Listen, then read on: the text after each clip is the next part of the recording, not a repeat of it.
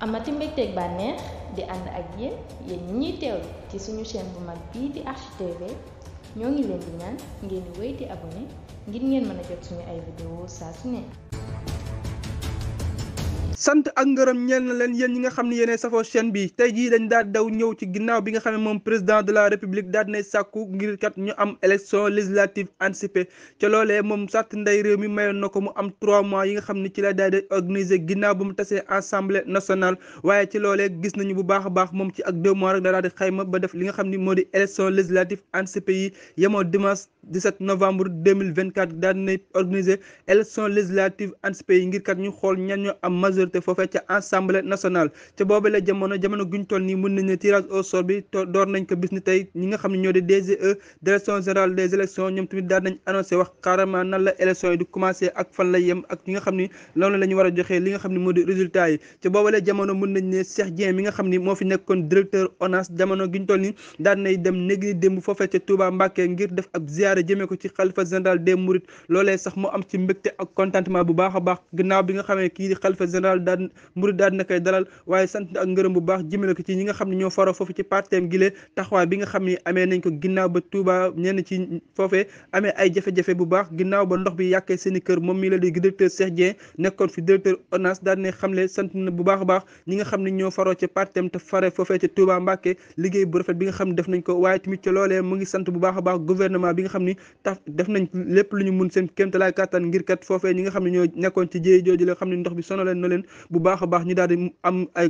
mucc ay ca loolee sax tax na moom directeur Cheikh Dieng bi ñu ngi santaat bu baax ki nga xam ne moo di xalifa général des Mourides waaye di santaat bu baax a baax képp koo xam ne daanaka def nga sa doom foofu joxe ko ci li nga xam ne moo di ñoo am jafe-jafe foofee ca loolee sax moom directeur Cheikh Dieng mën nañ ne ba léegi ci xalimaam yaabeegul benn yoon ndax kat ci ginnaaw bi nga xamee sax président Bassirou Diomaye Diakhar Faye gile moo ko faloon moo ko folli ci directeur ONAS boobu le waaye tey jii la gën a am Pastef dogu jëmale ak dogam ci législative anticipée ñu jëm dimanche 17 novembre 2024 gile moom nag directeur Cheikh Dieng daal ne xamle ginnaaw ba njiitul Pastef les patriotes daal ne xamle moom du demee ak kenn du boot kenn day demee li nga xam ne moo di parti bi di Pastef les patriotes moom directeur Cheikh Dieng daal ne xamle bu baax ci parti boobu lay daal di rangé wu ci parti boobu lay daal di far ngir kat ñu fexe la Touba ensemble ñu daal di mën a jox président de la république majorité bi nga xam ne moom lañ daal di soxla te loolee mën nañ ne moom directeur Cheikh Dieng yemu ci den ndax kat amaat na ki nga xam ne dafa ne li mel muy daal di wéy turu Rose Wardini mi nga xam ne ci élection présidentielle yi ñu génn moom kat ñu bëri moom mi déppoon na ñi nga xam ne dafa déposé ak candidature am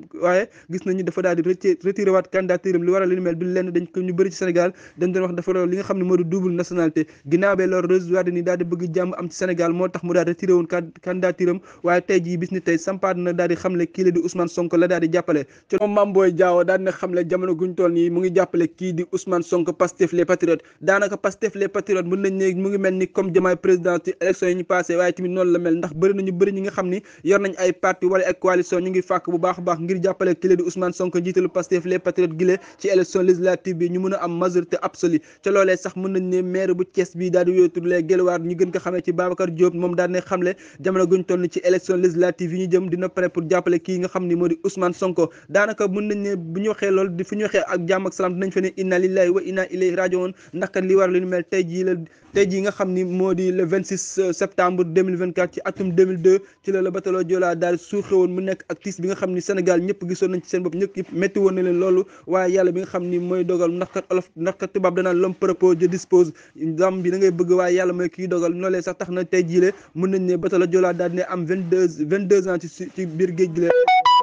képp koo xam ni fàddu nga ci yàlla xaral la aljana tey ji nag kon ñun nañ ne élection législative yi la ñii ngi par ay parti yu bëri ndax kat luy tolloo ci 48 parti ak coalition gis nañ ko fi waaye tamit ci loolee ñu ngi gis ni bu baax a baax élection yi ñu ngi commencé di wane seen bopp sénégalais yi ñu ngi commencé di wane seen bopp bu baax a baax dinañu xool bu baax ak majorité yi nga xam ni moom la ñu war dem ci élection yi législative yi kan mooy jël ndam li bu leen di fàttee abonné aimer partager commentaire ndax kat loolu dina nekk li nga xam ni luñ daal di jàppale la asalaamu aleykum wa rahmatullah taala wa barakatuh